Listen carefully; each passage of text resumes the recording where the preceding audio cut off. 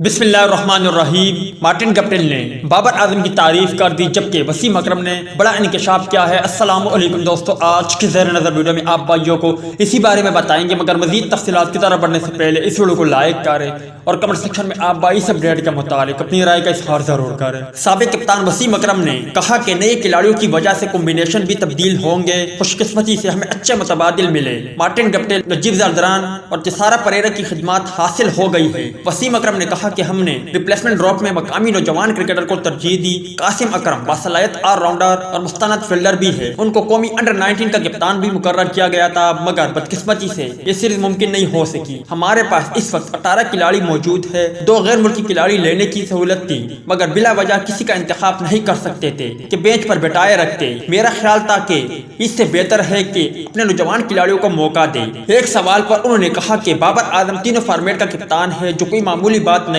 وہ سخت محنت کرتا ہے، پی ایس ایل میں بھی اپنی بیٹنگ سے لطف اندوز ہوتا ہے، ان کی صلاحیتوں کا فائدہ اٹھائیں گے۔ کراچی کنگ کا کمبینیشن بہتر ہے، نتائج اوپر والے کے ہاتھ میں ہے، لیکن ہر میچ میں آخر تک لڑیں گے۔ جبکہ اس کے بھی علاوہ وسیم اکرم نے کہا کہ میری خواہش ہے کہ کراچی کنگ اس بار بھی ٹرافی جیتے اور یقینی طور پر کراچی کنگ ایسا کر سکتی ہے۔ جبکہ دوسری جانب مارٹن گپٹل نے کہا کہ بابر اعظم کے ساتھ کھیلتے ہوئے بہت اچھا لگے گا، کیونکہ بابر اعظم ایک باصلاحیت بیٹسمین ہے اور دنیا کے نمبر 1 بلے بازوں میں شامل ہے، اور یقینی طور پر بابر اعظم کے ساتھ کھیلتے ہوئے بہت اچھا لگے گا، اور کراچی کنگ کے لیے جتنا کردار ادا کرنا ہوگا اس کے لیے میں تیار ہوں اور اتنا کردار ادا کرتا رہوں گا۔ جبکہ اس کے علاوہ مارٹن گپٹل نے شرجیل خان کی بھی تعریف کی اور کہا کہ وہ ایک باصلاحیت اور ہارڈ ہٹر بیٹسمین ہیں، یقینی طور پر وہ تیز آغاز فراہم کرتے ہوئے کراچی کی جیت میں کلیدی کردار ادا کریں گے۔